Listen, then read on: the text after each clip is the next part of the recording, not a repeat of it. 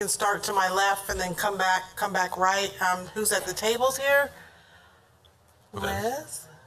I'm Liz Toyne, City Council Assistant. Karen Hiller, City Council District 1, and a member of this committee. I was not a member last year, so this is my first meeting for this year. Brent Trout, City Manager. Mary Feeney, Legal Department. Thank you. I always like to start off by saying that I'm Sylvia Ortiz with District 3. The first thing we're going to do is elect a committee chair for this board.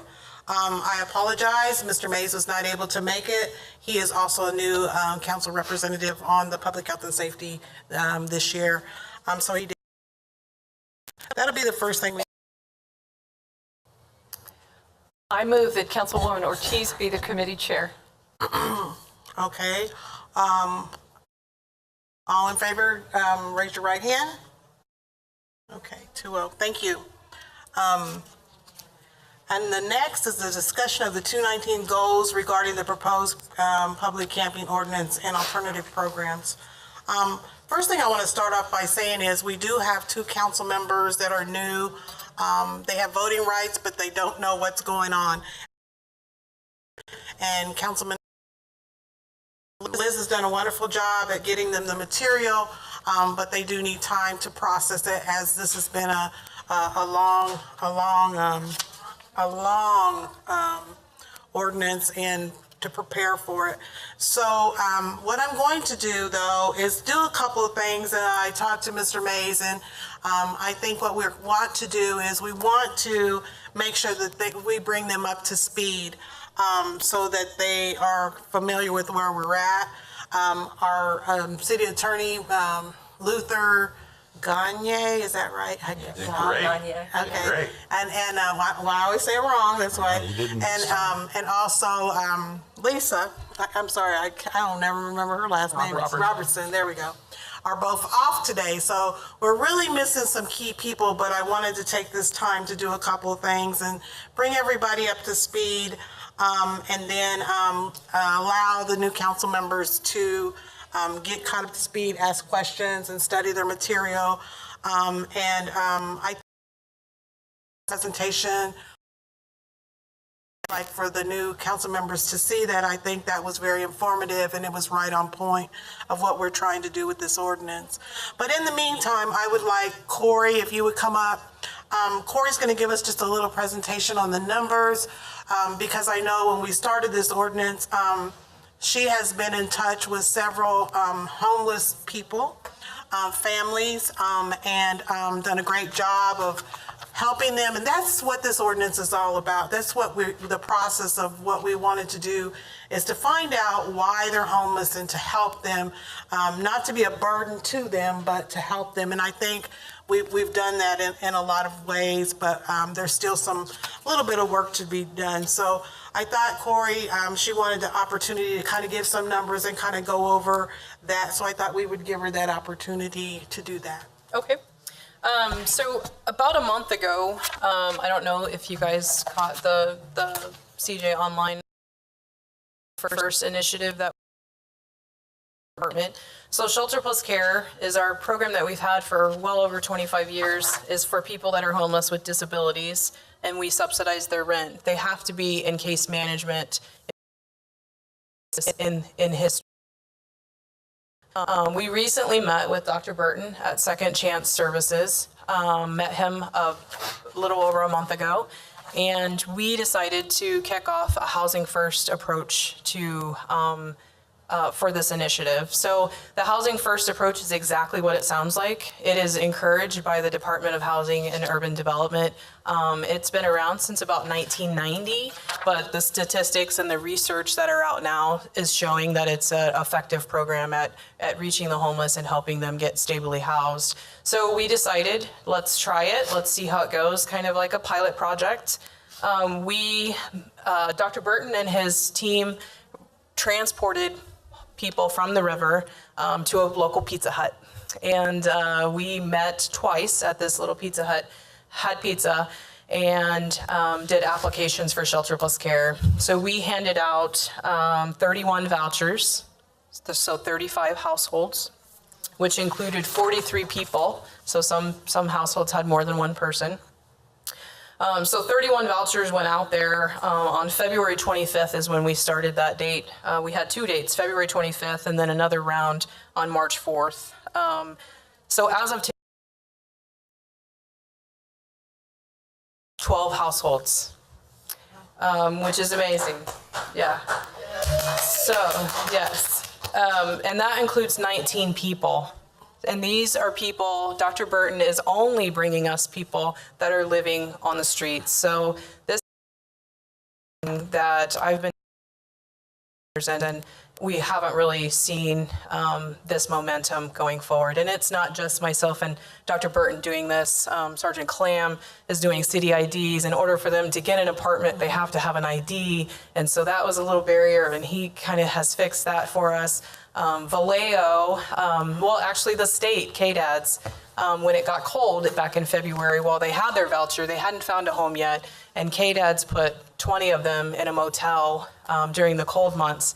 And while they were at the motel, Vallejo went there to provide services and help people with services, and many of them were responsive to that.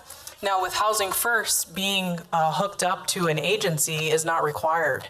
It is an option. And so we are giving them a choice now to be housed and choose whether or not they want those services. And amazingly, what I am seeing when people are moving in, I moved 3 people in today, is they are choosing those services. A lady I moved in today has been homeless on the streets for 10 years.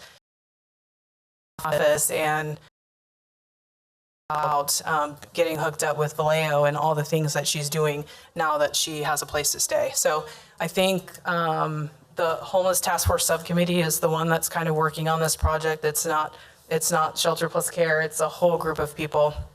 But we've made amazing progress. So of the 43 people, then 19 are housed, so that's almost half.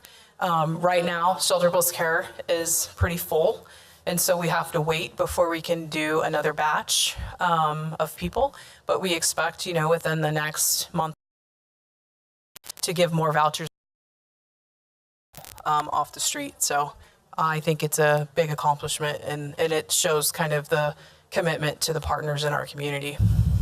Right, and I know we have, I think it was 47 partners that we had at one time. I'll have Liz. But I think that speaks volumes for our community that want to help and not hinder. So Yes. Thank you for that, Corey. I look forward to new numbers probably next month. Absolutely. And I will be speaking with you about the Homeless Task Force and what we can do to get them up here as well to kind of elaborate on what they do as well. Okay, sounds Thank you. good. Do you have anything else to add? Nope, Okay, we thank you for that. thank you. All right.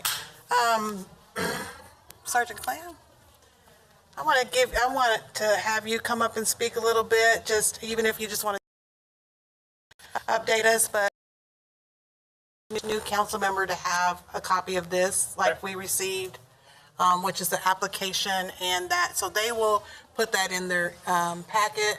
And this is very beneficial to me when I'm out and people are talking, and I can pull this out and show them. So if we can get a copy to both Karen and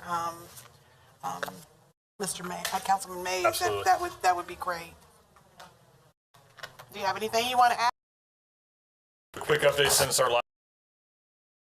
That's when we started the City ID project there.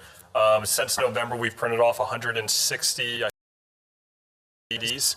Thus, there are 60 applications sitting on my desk currently, and so it is moving along very nicely. Our VIPs, or our volunteers in policing, have actually stepped up to the plate and helped me out a lot. They man a PM at the come in and apply for their application, and they get their current photograph taken. And so now, if it's still the unsheltered individuals, I'll still go out to their campsites, but individuals who need ID, they're between 3 and 6 on, and they will help get in that initial step taken.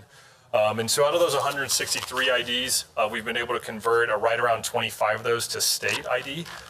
If you recall, and Councilwoman Hiller, if you're unaware, one of the great things about this project that we did, we have the City ID project, and then we partnered with the Department of Revenue on a pilot program on basically moving from the city ID to state ID, because one of the biggest one of the biggest issues, there we go, individuals are running into is you need ID to get ID. And the city ID is a low-level municipality ID. And so what the Department of Revenue did, they teamed up with us and agreed that just off the city ID, because of all the checks and balances that we put individuals through to make sure they are who they say they are before they get issued the ID, they're willing to then issue a one ID.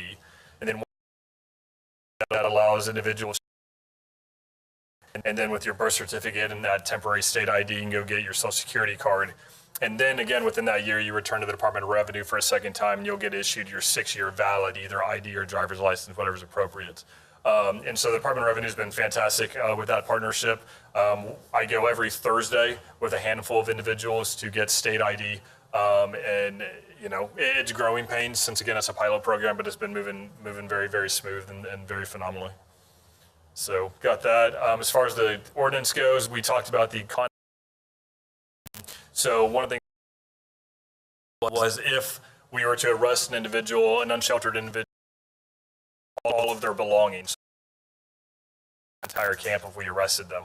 And so the question became for the police department is where would we put that stuff? We're not going to put it in our property room just due to the environmental concerns and things like that. And so what we elected to do is the department purchased a Connex box, and it is currently at the impound lot. A giant storage container, like you think like on a shipping, like on a cargo ship. Okay. That goes across across the ocean to deliver goods. We bought one of those. One of those just giant big metal boxes. And so if one of the unsheltered gets arrested, officers will collect all of their stuff, and then we have a place to store them now. And then once individuals get out of jail, they can just go to the impound lot to collect their belongings. Right. And I think that's something I talked with Lisa about, that we're not there, but we need to look at that. So, yeah.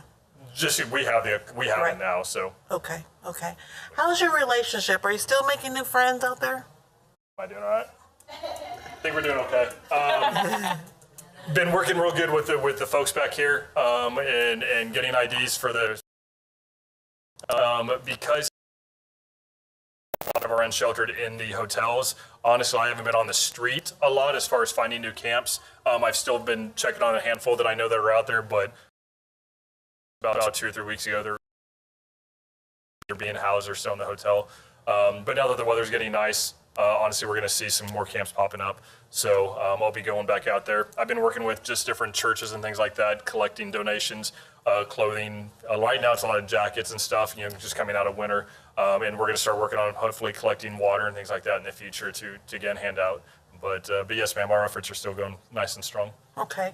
And then I was reading one of the minutes, and you're the only officer to the task force, the homeless task force, or I don't know if that's the right name, but has the chief looked at getting you any type of assistance, or have we talked about that? So right now, my team consists of myself and one officer, and then we just got a second officer added. And so what I'm going to do is assign that new officer once we get him trained up on the behavioral health stuff. So, give me a few months once he gets nice and trained up there. And then I'm going to transition him into, not transition, but also assign homeless case management, basically, or the HOT team, the homeless outreach team, to that officer as well. So I'll have more assistance here very soon. Okay. In about a month, you thought? Month or two. He's going to start mid next month. So mid-May, I would say. Okay. Anything else you'd like to add? I don't think so. Any questions the council has? Karen? The HOT team is homeless outreach team? Yes, Is that ma'am. what you said? Okay. No, it's really great. Yeah, And then thank you. I probably heard some of it before. It's good to hear it again. Kind of let it settle in. So, and plus you. I can watch their expressions while you're talking. Thanks for all that you do. You make a big impact. I work at the state, and they're really excited about this. So thank you for thinking outside the box. I'll find you some more homework because you seem to. Okay. Karen, do you have any questions? I'm more than happy to get briefed, and so this is good. I know that we're going to be looking at what the routine will be for this committee and what our expectations are for the year. And so, I'm open to what people think is, and my understanding of how presented to the full council, there was a sense to give it some time to kind of mature, to see how, get those certificates filled, see what happens with the next round. It'll be a different season, that'll be a different feel. So sort of without, what's the right balance between just letting things percolate for a while and having that we care and are paying attention. Is it once a month? Is it every other month? Is it once a quarter to kind of check in and see how things are going? So you don't feel like we're kind of breathing down your neck or pushing too hard, but but it's clear that there's a lot of support. My sense from the council was that everyone was pretty impressed with the wisdom of the committee before to say no, let's not rush this, and let's talk to the providers and let's give them a chance. If they want to come up with something, let's do it. And Russell Burton, I guess, coming in from the wings, and it's just exciting to see. That it sounds like many of these pieces that are in action were there anyway. With the team, the CIT team, with the police department, Shelter Plus Care, and so on, but somehow. You hate to say it's because an ordinance got proposed, but anyway, whether it was that or just the stars aligned just right, it's just fun to see how it's developing now. And so I don't know if you all have some thoughts, but just trying to figure out what the pace is to let it work for a while. Right. Well, what I wanted to do was, like I said, I wanted to let you read over the material. Questions we have, probably get some more reports to see where we're at. I wanted to personally thank Dr. Burton for all that he's done, stepping forward, volunteering, and I think that's awesome, because you've made that connection for us, and we're trying to find more that would help. So. And personally, thank you, because we do want to help the most vulnerable we can. I know this ordinance is by some people that, that they wanted their property rights, protected, and I think it's a win-win. It'll be a win-win for everybody. But what we want to do is make it harder on the homeless. We don't want to do that. That was not our goal. That's never. So, and we'll come back. I'll check with everybody to see what next month looks like, and we'll come back on the ordinance with that. Okay. Okay. All right. So that's what we'll do. And then I talk to the if they can present at one of our meetings as well. Correct. So I'll get with you on that. So. Okay, thank you. Legal, did you have anything to add? No, I Okay, okay. City manager? No, I guess just continue to work with us if you think of other things in between the next time to get the right staff person here to verify and make that happen. Right. I think those right individuals are here at this point, but if there's something else, obviously let me know, and Okay. we'll work Okay. to make that happen. Okay. If I could, we do have a pretty good crowd here. You can kind of see where we're at. Are there any suggestions or comments or some direction that anybody who's here would want to suggest to us? No obligation, just offering. There's two. Sure.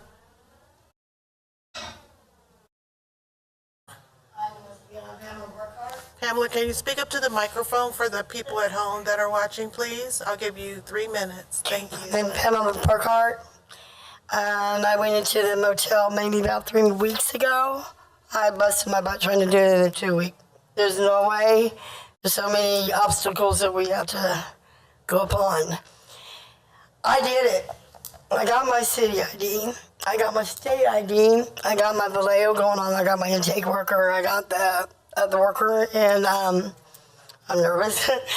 I got my apartment today. I got my Social Security card. I've always had it. I always had my food stamps. I did everything I was supposed to do, but there are so many more people out there, and I didn't do it because of this code compliance. I'm not scared. I was never scared. I've been out here over a decade. Gotta find me. I know how to hide. I did it because I wanted to do it. I'm tired of being on the streets, and there are people out there that care. They're not the ones. The people that don't care, they're the ones that want to hurt us, and that's what we run from. And the people that care, they reached out. Well, they grabbed me, but there's so many more out there, and I'm trying to work with them myself. Thank you. I go around the motel, and I almost had 2 recruiters today, but I didn't know how to go about doing it, and I didn't know if I had a card, but I will be.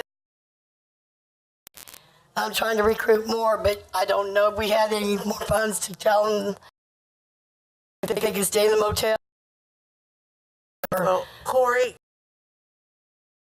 and if you have people, I'm sure Corey can give you her business card. Yeah. And we can make that connection and. Thank you. And you can give them that. There are so many more, and I'm going to be out there. I'm going to be out there. Okay. Thank you. That's all I have to say. Thank you. Thank you. Thanks. Thank you. Thank you.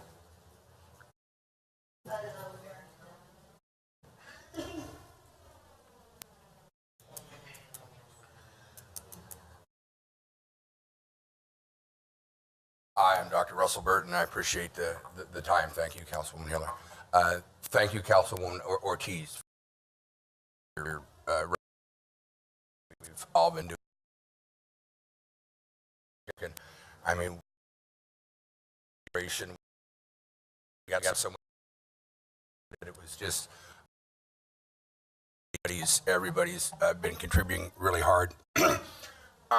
And it's been fun to work with all the folks. I mean, it's a state, city, and community-run operation. I do want to make a brief comment.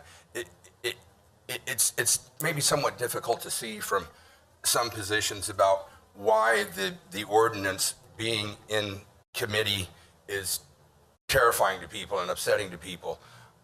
It's the equivalent of having an eviction notice sitting on your door every day when you come home. And it's really difficult to live under that kind of pressure, I guess, if is the appropriate word, maybe. We got a system we got a thing that's working here, and we've kind of got it figured out. I really wish that I could go back out to the streets and I could tell folks that the city is doing this the right way like you are, and that the ordinance is not going to get passed and it's going to get dropped. That's really what I would like to be able to say to the folks out on the street, so that they're not, you don't understand, every time I go talk to folks, they're concerned about, well, what about the ordinance? You know, what are they going to do? Are they going to kick us out? Are they going to make us go somewhere?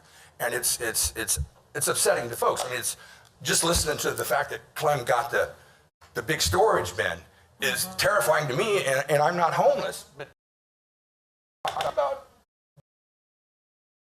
saws, he's got wheelbarrows, he's got all sorts of stuff. He's got a bed, he's got a chair, all that stuff is going to get moved into that storage bin. County for city $5,000, the county $5,000, and then he's going to come out of county and his stuff is going to be in that storage bin. And what's he going to do with his wheelbarrows and his chainsaws and his bed? Where's he going to take that? But he's still homeless. So you will have taken one of the least powerful people in our community, and you will have even made them less powerful. So the ordinance is absolutely terrifying to folks out on the street. So I just want the city council to understand that it is a lot of pressure that you're putting on people who, and for what reason? Because they got left out on the streets by our community. And so we're going to put pressure on them. So that's what I don't understand. So I thank you for your time. I appreciate it very much. Thank you. Dr. Burton? Yes, ma'am. I can't say which way this. All I can say is this ordinance is in our committee, and we're trying to make it right for the people. We're doing that. Right. So why do we need So- the ordinance then? Well, I don't know that we do. That's why we have all these committee meetings to see do we need to pass this ordinance or do we need to just let it go? And so that's what you can tell them, is that's why we're studying the issues and we're taking our time with it. We're not trying to rush it and rush into something that we don't want to be a burden on them. Right, and so at the last subcommittee meeting, I believe you asked if we could go off and put together a group of community people that could accomplish this, and we've done that. And it's working. It's somewhat complicated, but it is working, and it's accomplishing the goal. If that was the goal of the committee, and the ordinance provided the motive, at least in part for me, when I saw that, I mean, you won. You got what you asked for. You got to help the homeless. So I guess all we're asking in return is if frankly the terror of the ordinance could go away, and we can continue to work on the ordinance. But we're But it's terrorizing to folks. I thank you for saying that. Thank you. Okay, we're going to move on for any other items in the committee or anything else that is, yes. Oh, I'm sorry. Sure.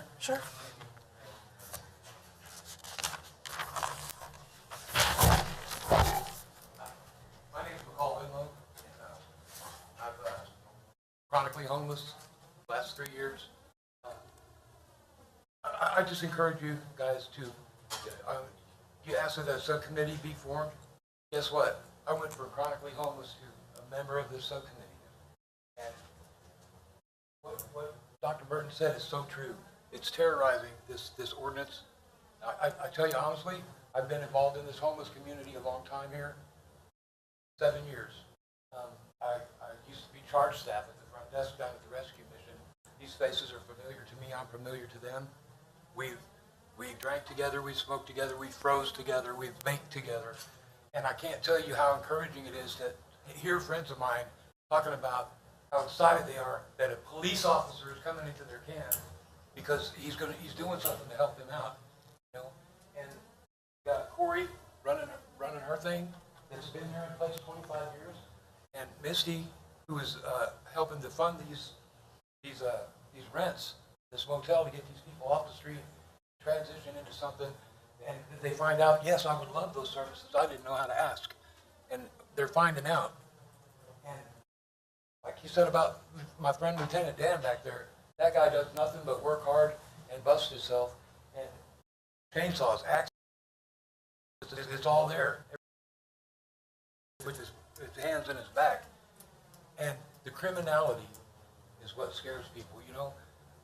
The way that ordinance reads right now, I've never been down to the camps until the ordinance came out, and Dan asked me to come down there and read it and see if I thought it says the same thing he thinks it says, and it does.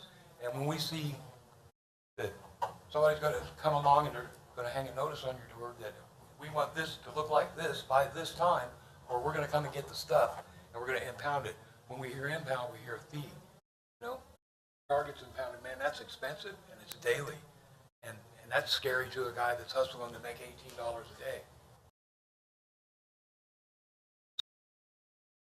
Programs that were in existence before by Dr. Blue they're getting put together, you know, and I just encourage you to take the time to let them go from infancy to maturity and see what we can do with it. I mean, 43 people in housing in a month, that's huge. That is and huge. if you did some per capita computation, that's off the charts. I just, you know, thank you. Thank you. If I can, you know what, I don't know that I phrased my comments very well, but what you said in terms of give us time to get it from infancy to maturity, guess that's the framework of those comments that I made, because we want to be supportive. And so when you're doing that, you don't necessarily want to cut somebody loose at infancy and say, oh yeah, congratulations, you're 2 months in, you're done. And so a way to do that, I guess from the bureaucratic way, is with that ordinance just sitting there going nowhere, it gives us that framework to continue to just check in and make sure Sure. what you're doing gets to maturity. Right, and then, give us the time to tweak it and bring it Exactly. back to you and let you tweak it too. Right. Yeah. It's gonna work best for everybody. Right? And, just keep making that next right step. And keep bringing people in Absolutely. to Corey. She needs something to do. Our office looked pretty busy today. I didn't see it. Misty's got some good ideas about, further organization and assistance to help in the right direction. Can't tell you how encouraging it is to see people that I know be excited that there's a law enforcement officer coming into camp because he's gonna help me get my ID, man. I'm gonna get up out of here. That's huge. That is That's huge huge. stuff. So you guys keep doing your good work. Thank you. You too. Yes, sir. Yeah, exactly. My name is David Wansler. I have a camp down on the river down here. I've been down there for about 2 years. I'm down there because I found myself starting all over again in life with just a couple bags. And a little bit that I can't begin to pay off the big, chunks. If collections agencies and lawyers knew where I was at, they'd be taking even more. But I don't make enough to really support myself and try to, to get clothes and get things going again. Sergeant Clams helped me with, I have get my driver's license because it expires, and mailed it to the police station for me because I don't have a physical address. The mission lets me use the address, but I can't get my mail there. I have to get my mail at a post office box, but he helped me get my ID. I can't benefit from the program because of the little bit that I do make. They take 30% from what I'm told of my check and apply it to what they give me, and I would wind up paying for the assistance that they would give me, and then I'd be lacking in other areas, for paying bills or just trying to just eat and stuff like that. So I don't know if there's some way in the future that there could just a program or things could develop to help somebody in a situation like me. Thanks for coming forward. Thanks, sir. Sir. Thanks for coming forward, and thanks for your testimony. Everybody is at a different level and a different stage. But with this committee, we want to meet you at different levels, and we want to do a better job. So if we can get your contact information, do you have it, Clam? I know where he's at. Okay. That we can, we want to see, okay, so we can get you in your own home, so your things are, we don't want to take, we do need to hear that testimony so that we will know how to help you. Okay. Okay, so, Corey, can you get his contact information for me? Okay. That's what we're here to do. I got some trees in my backyard. I might need you to come cut them. I'm just saying, there's a lot of work out there. There is. There's a The lot of- harvest is plenty. It's plenty. And that's what we want to do to help you to get to that next level, okay? Yep. Thank you for coming Corey today. might have an idea. Make sure you talk to her before you go out Yeah. the door. Yeah. That's what I'm thinking. She's got a lot of things under that belt. Okay. All right. Okay. Mr. Kansas, I'm only going to let you come up because you got that sweatshirt on. Nah, they're not playing. They're out. I'm not homeless. I'm just a concerned citizen. And I think from when I read this, I really, the ordinance, which is why I'm involved, is because it was heartbreaking to me. What I think I am hearing is that people would like a date of postponement. I mean, if you could say, hey, we're going to keep coming back every month and we're going to keep working on this and seeing your progress to maturity, as you said. Can we kick this can down the road and say we're not going to even mess with the ordinance itself for a year? And let's see where we are, a date, give them some time so that to If we were to pass it, first we'd have to come together. Mary, can you kind of explain that? what the process is. I did forget my notes from Lisa. We have to have some things in place. And I know one of the things are, we did pass the ordinance, a safe place to take them. And we don't have that yet. So we can't pass it until we get that. Do you have that information, what I'm Yes, talking about, Mayor? The next time that the committee has to report to the council, just give an update, is June 4th. But this ordinance, it's not going to be rushed at all. I mean, the committee has to do its work. It's going to take time. So I can understand your concern, but we're a long way away, and I believe also They're waiting on working us. with safety, and we'll also consider this. So that's a whole nother committee that's going to be considering this camping ordinance and the pedestrian safety ordinance. So we're a long way away from actually taking final action So on we- this. So I think just saying it's a long way away was what people needed to hear. I mean, period. That's what, you can hear the desperation in their voice, and Dr. Burton's voice as well, is that it was, you know, we want you to get, maybe I was thinking that, I mean, saying you are a long ways away is probably what they need to Right. hear. That's what I needed to hear. Okay, Corey, when was the first time we met on this? Do you have that? I do. It was it June? Is it in this book? Yes. It's one of that first blue tab.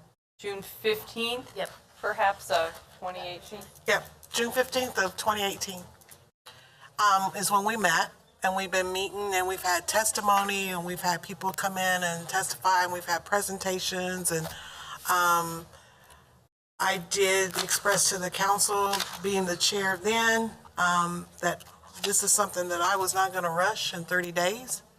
I don't think it can be rushed in 30 days. I think we need to look at all the aspects. We've got things we've got to legally get in line. Like, and that was one of them. We'll go over that at our next meeting. It's nothing we can rush, you know, and I know when we go back, I have to tell the council members, yeah, we've met, and I give them an update, and I remand it back here, you know. But at the same time, it's before us, and we have to look at every aspect, whether we voted up or down. We've got to get all the work in front of us before we can make that final vote. So I can't say, well, we're going to wait until June, because I don't know that. That's when we meet back to the council with a report. It might even be longer. All I can do is continue to go through. When Corey was real adamant about giving her numbers today, because she wanted this committee and people at home to see how this is going with helping people. We don't have a lot of people here today, but we have about 47 community partners. And I think that speaks volumes of the people that want to come together and help. Now what we've got to do is put all that together. And I think that's where we're at. And so the amount of time that it's going to take in order for this ordinance to even come near completion is going to allow for the majority of the what's going on right now. There, he's done so much right here. Officer Clan, Sergeant Clan, he's done so much work, so much good work. This speaks volumes right here, because almost everybody that comes up says ID. He's their friend. He's down there. We've always had homeless campgrounds down there since I've been on the council. Somebody that was that used to come to the council all the time got killed down there, David, but we never had an officer that just tuned in with them. And I think that's what's working. And we never had, Corey's just tuning in with them. So I think that's a big plus for us. So. Well, thank you. If I may. And that's why I said what I council meeting, which would have been January, when we talked about this, was that we wanted to give it a year and maybe not quite a year, but when you look at those 60-day or 90-day roll-ups, and you know, we've just changed committees. I mean, to me, Members. it makes sense for us to, maybe when Aaron is here next time, but to say, you know what, we're going to watch this and we're going to wait, but we're going to make sure that we have come up with a recommendation about that ordinance, let's say, no later than our November meeting, so that we can report out in December before the committee changes again also, and say whether we think that anything should be passed or whether it should just go away, both of which are things we can do. I mean, somebody had this idea, and I don't even know where it came from, and it got proposed to the council. But just because somebody has an idea and somebody proposes it doesn't mean it has to get passed at all. And so what happened was people were concerned enough about this issue that rather than just vote it down, I mean, I wasn't on the committee, but came and testified at first. I used to work at Housing and about the housing and know a fair amount about it, and I have great confidence in the social service network, and when they spoke up and said they wanted time to work on it too, it made a whole lot of sense, and I think the committee handled it really wisely. But it is kind of nice to have a deadline, so you know that you said you weren't going to do anything before then, and that you are going to do something definitive before we wrap up our year. So And we'll wait till Avis, we'll wait till Councilman Mays comes back and we can discuss that. Because he'll need to be a vote on. Well, Thank you. Okay. I believe we'll continue. You have anything to do with it? And Sergeant Clam, I'm sure we will. Okay. Other items before the committee, or we'd like to see things come before this committee? There had been conversations over the course of last year that this year this committee would take up code compliance, figure out some sort of way to look at code compliance issues. There are enough issues out there that figuring out how to break it up into pieces and probably take them consecutively one at a time was something city manager and I talked about even a year ago. And so obviously they're really important that before next time perhaps we consider how much time the homeless issues need to take, because they're carryover and they're really important.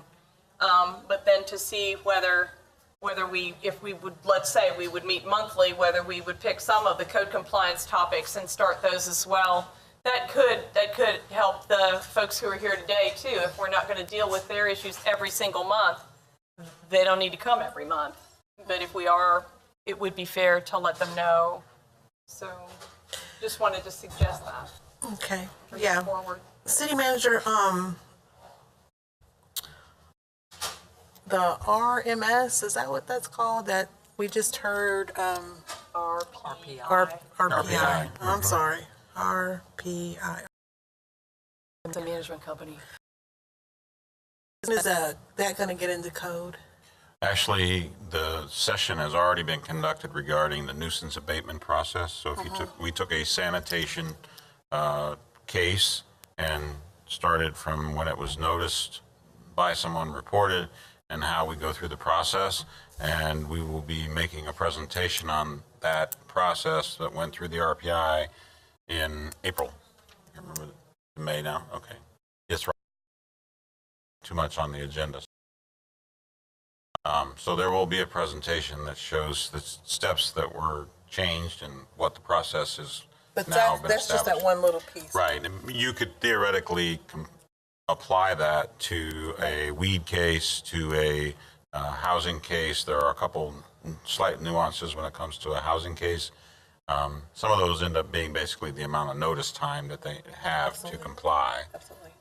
But we would take a look at that. And I think, for us, that process administratively, we've got that, I think, ironed out, and we'll present that through the RPI presentation. I think the thing that Councilwoman Hiller is looking at is how do we structure what we're doing in regards to the IPMC and how we're looking at cases, definitions. I know we talked about vegetation. What is the definition of vegetation? Do we want to modify that? Each one of those things, so if we modify the definition of vegetation, that could lead to more cases that we need to file and maintain to execute based on the definition for enforcement purposes.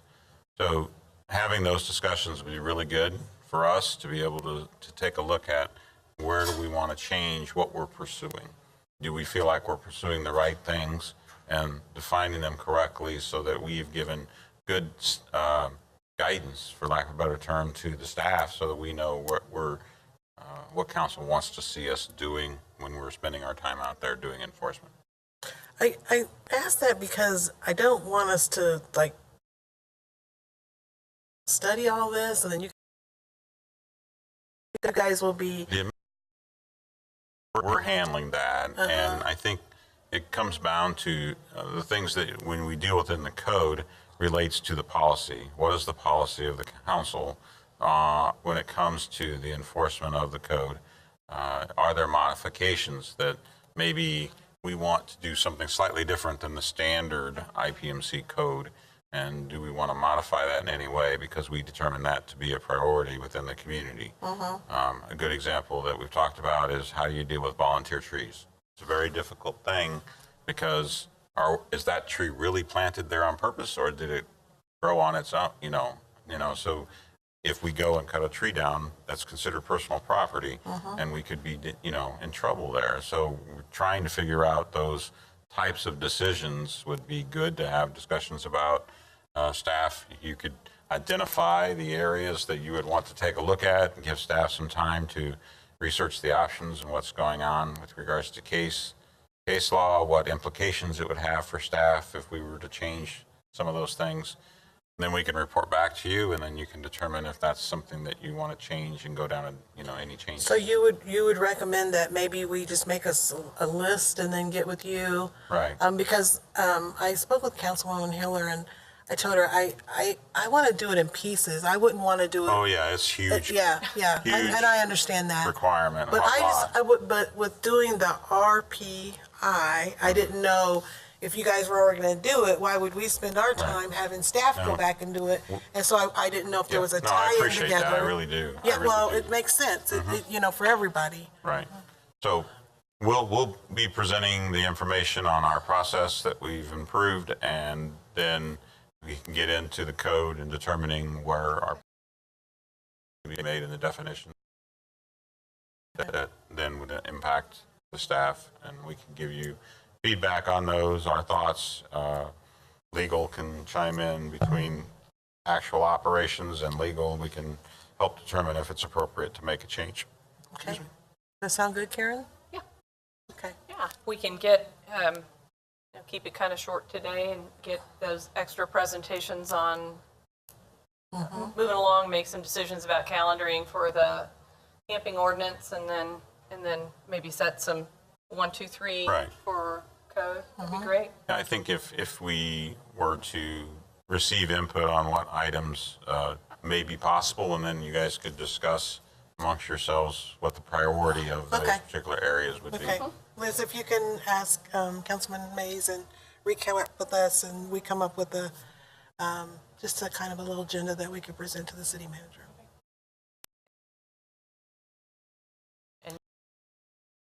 I guess the next item is scheduled next meeting, but if it looks like we're going to meet monthly, maybe we can come up with something that's Yeah. standard, and then we won't Yeah. run into what just happened with the staff and the committee members.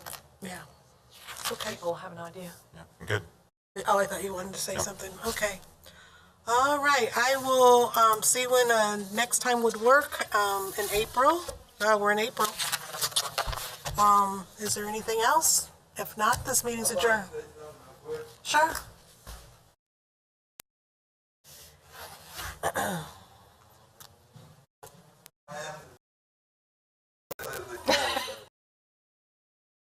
You're code compliant. That's the reason why I'm camping out. Now I'm camping out. Now I'm being forced to do something else. I don't know. The code compliance, we didn't comply, but now I'm camping out.